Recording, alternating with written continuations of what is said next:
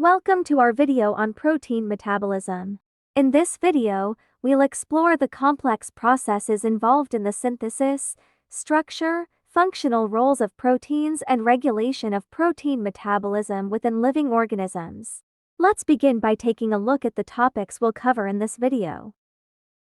Table of Contents. Introduction. Synthesis of protein. Protein structure. Organization of protein synthesis. Functional role of protein. Regulation of protein metabolism. Conclusion. References. Let us start.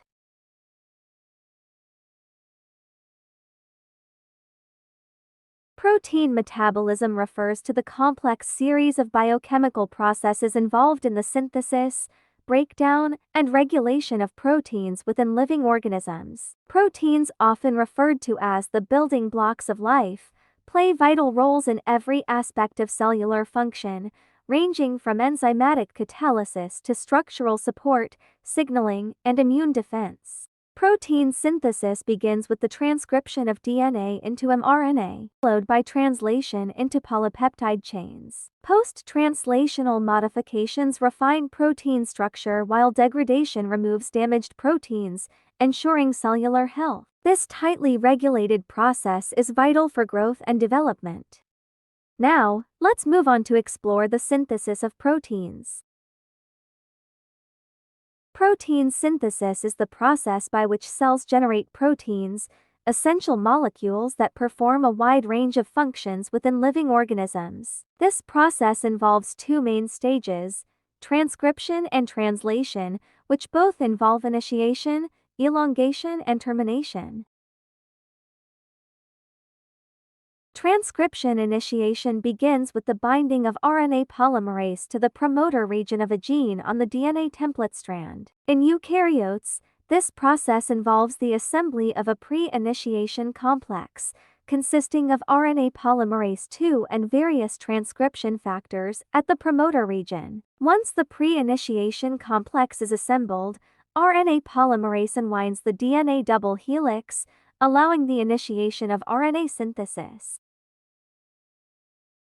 During transcription elongation, RNA polymerase moves along the DNA template strand, synthesizing an RNA transcript in the 5-3 direction. As RNA polymerase progresses along the DNA template, it continuously adds ribonucleotides to the growing RNA strand, complementary to the DNA template. As the RNA polymerase moves forward, the DNA double helix ray forms behind it, displacing the RNA transcript. Transcription elongation continues until RNA polymerase encounters a termination signal or reaches the end of the gene. Transcription termination signals the end of RNA synthesis and the release of the RNA transcript from the DNA template. In eukaryotes, transcription termination involves the recognition of specific termination sequences by RNA polymerase II and the cleavage of the RNA transcript followed by polyadenylation. It is followed by translation. The ribosome assembles around the mRNA to be read and the first tRNA carrying the amino acid methionine, which matches the start codon, AUG. This setup, called the initiation complex, is needed in order for translation to get started. In eukaryotes, the small ribosomal subunit binds to the 5' of the mRNA, and the initiation complex scans along the mRNA until it recognizes the start codon AUG. Once the start codon is identified, the initiator tRNA binds to the P site of the ribosome, initiating translation. During translation elongation, amino acids are added to the growing polypeptide chain in a sequential manner. Elongation factors facilitate the binding of aminosyl tRNA molecules to the A site of the ribosome, where they form peptide bonds with the amino acid in the P site. The ribosome catalyzes the formation of peptide bonds between the amino acids, resulting in the elongation of the polypeptide chain. As elongation proceeds, the ribosome moves along the mRNA in the 5-3 direction, synthesizing the polypeptide chain. Translation termination signals the completion of protein synthesis and the release of the newly synthesized polypeptide chain from the ribosome. Termination occurs when the ribosome encounters a stop coding UAA, UAG, or UGA on the mRNA. Release factors bind to the A site of the ribosome, promoting the hydrolysis of the bond between the polypeptide chain and the tRNA in the P site. This release of the polypeptide chain from the ribosome is followed by the dissociation of the ribosome into its subunits, allowing it to initiate another round of translation. Here is a video showing the whole process of protein synthesis. Let us take a look. Here is a cell, the basic unit of all living tissue. In most human cells, there is a structure called the nucleus. The nucleus contains the genome. In humans, the genome is split between 23 pairs of chromosomes. Each chromosome contains a long strand of DNA, tightly packaged around proteins called histones. Within the DNA are sections called genes. These genes contain the instructions for making proteins. When a gene is switched on, an enzyme called RNA polymerase attaches to the start of the gene. It moves along the DNA, making a strand of messenger RNA out of free bases in the nucleus. The DNA code determines the order in which the free bases are added to the messenger RNA. This process is called transcription.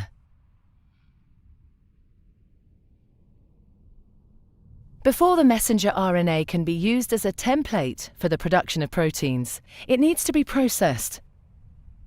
This involves removing and adding sections of RNA.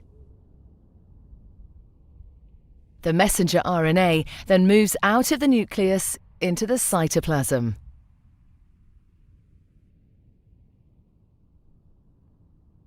Protein factories in the cytoplasm, called ribosomes, bind to the messenger RNA.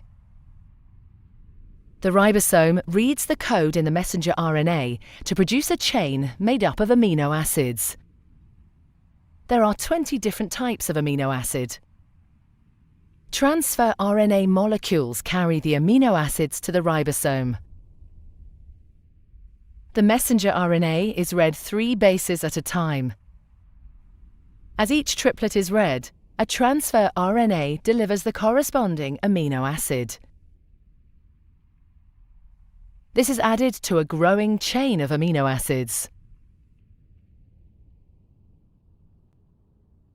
Once the last amino acid has been added, the chain folds into a complex 3D shape to form the protein.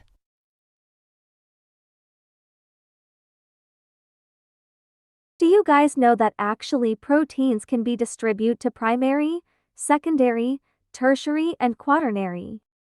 Now, let's us take a look at different types of proteins. First and foremost, primary protein.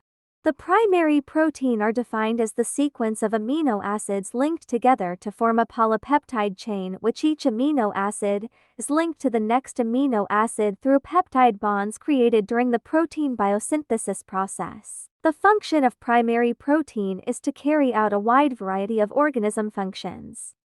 Next, it's the secondary protein. The secondary structure arises from the hydrogen bonds formed between atoms of the polypeptide backbone. The hydrogen bonds will form between the partially negative oxygen atom and the partially positive nitrogen atom. However, only hydrogen bonds involved in secondary structure do not include any involving amino acid side chains. 2 folds that are extremely common in biochemistry are the alpha helix and the beta pleated sheet. The alpha helix is a right-handed helical coil that is held together by hydrogen bonding between every 4th amino acid, which fibrous proteins, including alpha-keratin, are almost completely comprised of alpha helices. On the other hand, the other common secondary structure is the beta pleated sheet. In this structure, Two different regions of a polypeptide chain lie side by side and are bound by hydrogen bonds. They make up the core of many globular proteins. The two types of beta-pleated sheets are parallel beta-pleated sheets and antiparallel beta-pleated sheets. The end of a polypeptide chain can either be the N-terminus or the C-terminus. Moving on to the tertiary proteins. While the secondary structure is formed by interactions between the backbone constituents, the tertiary structure is the overall three-dimensional shape that is formed by the interactions of the side chains of the various amino acids. It is generally stabilized by outside polar hydrophilic hydrogen and ionic bond interactions and internal hydrophobic interactions between nonpolar amino acid side chains. An example of tertiary structure protein is myoglobin. Lastly, the quaternary proteins. The quaternary proteins exists in proteins consisting of two or more identical or different polypeptide chains, which these proteins are called oligomers because they have two or more subunits. The quaternary structure describes the manner in which subunits are arranged in the native protein. Subunits are held together by non-covalent forces. As a result, oligomeric proteins can undergo rapid conformational changes that affect biological activity. An example of oligomeric proteins are hemoglobin. Now let's moving on to a fascinating exploration of the organization of protein synthesis within the intricate machinery of the cell. Our journey begins with ribosomes, the cellular structures responsible for the actual synthesis of proteins. Ribosomes can be found in cytoplasm, or attached to the endoplasmic reticulum and consist of small and large subunits. Let me show you a picture. The small subunit reads the mRNA sequence, while the large subunit catalyzes the formation of peptide bonds. Moving on to the endoplasmic reticulum ER, which is a membrane-bound organelle with two distinct forms: rough endoplasmic reticulum, which called RER, and smooth endoplasmic reticulum, which can called SER. RER, studded with ribosomes on its cytoplasmic surface, plays a crucial role in protein synthesis and processing. Proteins synthesized by ribosomes on the RER are translocated into its lumen, where undergo post-translational modifications, such as folding and glycosylation. After that, vesicles transport the processed proteins from the RER to the Golgi apparatus. Let me show you the structure of Golgi apparatus. This membrane-bound organelle is a key player in processing, sorting, and packaging proteins. Protein that synthesized in RER are transported to Golgi apparatus in vesicles. Within the Golgi apparatus, proteins undergo further modifications, including glycosylation, and are meticulously sorted for delivery to their final destinations. Now, let's visualize the complete process.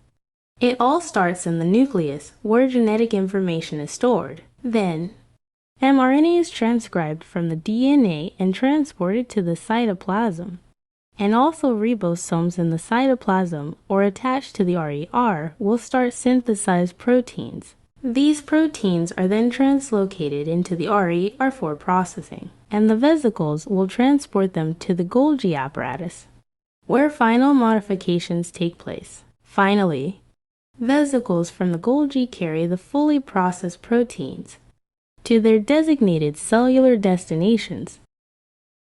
In a short conclusion of this part, the orchestration of protein synthesis involves a meticulous dance between ribosomes, the endoplasmic reticulum, and the Golgi apparatus.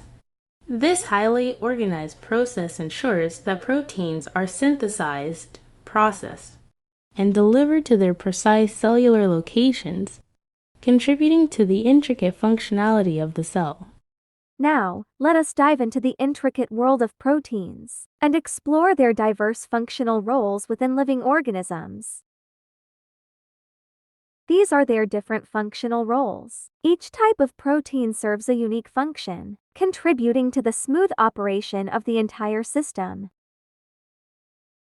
Let's start with enzymatic proteins. Some proteins function as enzymes. Enzymes are proteins that conduct specific chemical reactions. Enzymes are critical for catalyzing biochemical reactions within living organisms. Their functions include catalysis of biochemical reactions. Enzymes accelerate the rate of chemical reactions by lowering the activation energy required for the reaction to occur. This catalytic activity enables various metabolic processes necessary for life.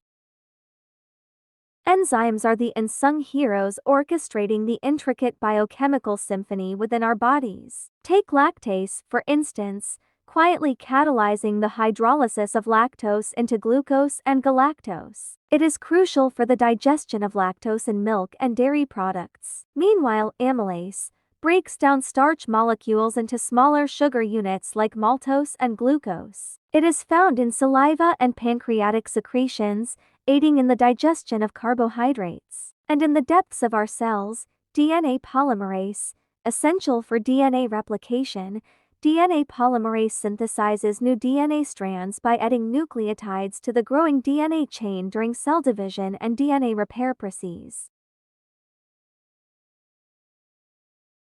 Next, structural proteins. They are essential for providing support and maintaining the integrity of cells and tissues. They play a crucial role in maintaining cell shape, providing resistance to mechanical stress, and facilitating cellular movements and functions. Their functions include support and integrity of cells and tissues. Structural proteins serve as the building blocks that form the framework of cells and tissues, providing strength and stability. Let's shine a spotlight onto remarkable structural proteins, collagen and keratin.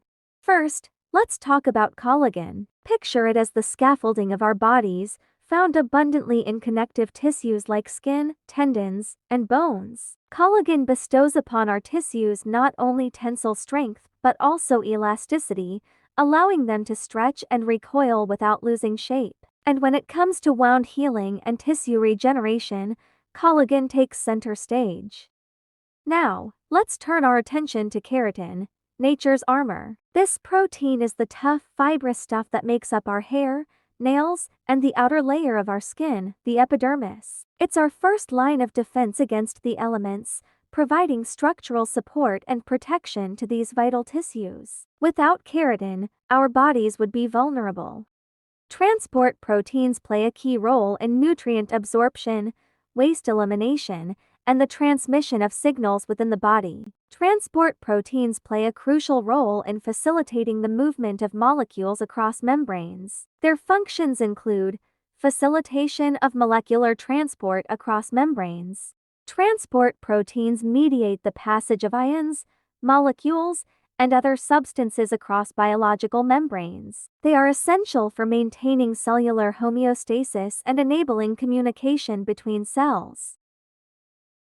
There are two classes of proteins such as I-don't channels and transporters. Start with I-don't channels, the gatekeepers of cellular electricity. These proteins form pores within cell membranes, allowing specific ions to pass through the membranes. The flow of ions across membranes enables electrical signaling in cells, essential for the generation of electrical signals in nerve cells and muscle contraction. Continue on transporters, the tireless workers. They are proteins that actively transport specific substances across membranes, often against a concentration gradient. For example, include passive transport and active transport. It is essential for nutrient uptake, waste removal, and the regulation of intracellular concentrations. Signaling proteins. They are crucial for the transmission of signals within and between cells. Their functions include transmission of signals within and between cells. Signaling proteins mediate communication within a cell or between different cells,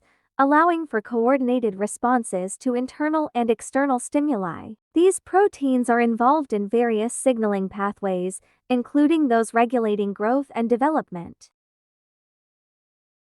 Let's explore the fascinating world of hormones and receptors. So let's begin with hormones. Hormones, signaling molecules produced by glands and released into the bloodstream. And examples include insulin and growth hormone. It regulates physiological processes such as metabolism, growth, and stress responses. Next, let's talk about receptors. Cells have proteins called receptor, proteins on the cell surface or within the cell that bind to specific signaling molecules ligands. Examples include internal receptor and cell surface receptor. Initiate cellular responses upon ligand binding, transmitting signals into the cell. Let's watch a video about receptors.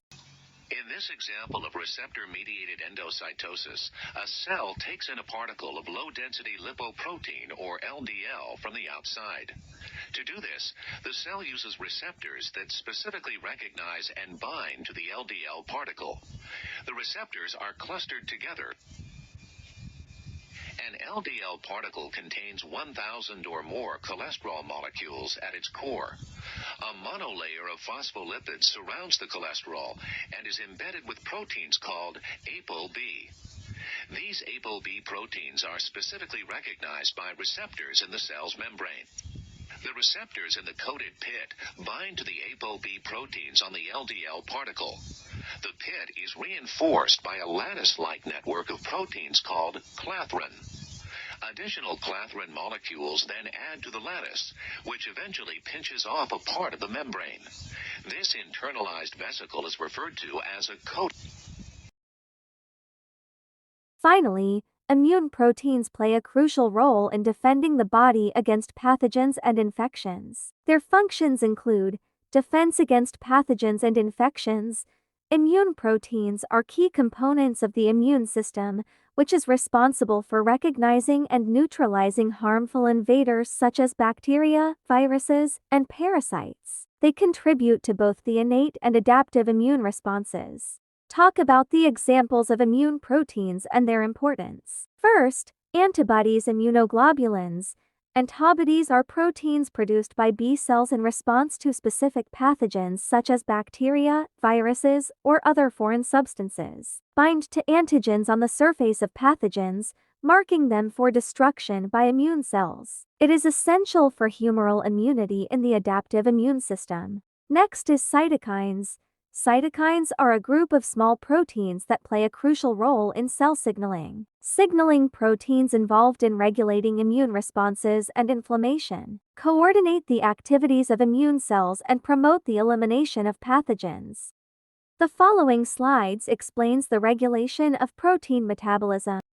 It can be derived into insulin and growth hormone. First and foremost, insulin is an anabolic hormone that elicits metabolic effects throughout the body. Protein turnover rate is regulated in part by insulin, which protein synthesis is stimulated by insulin's increase in intracellular uptake of alanine, arginine, and glutamine short-chain amino acids.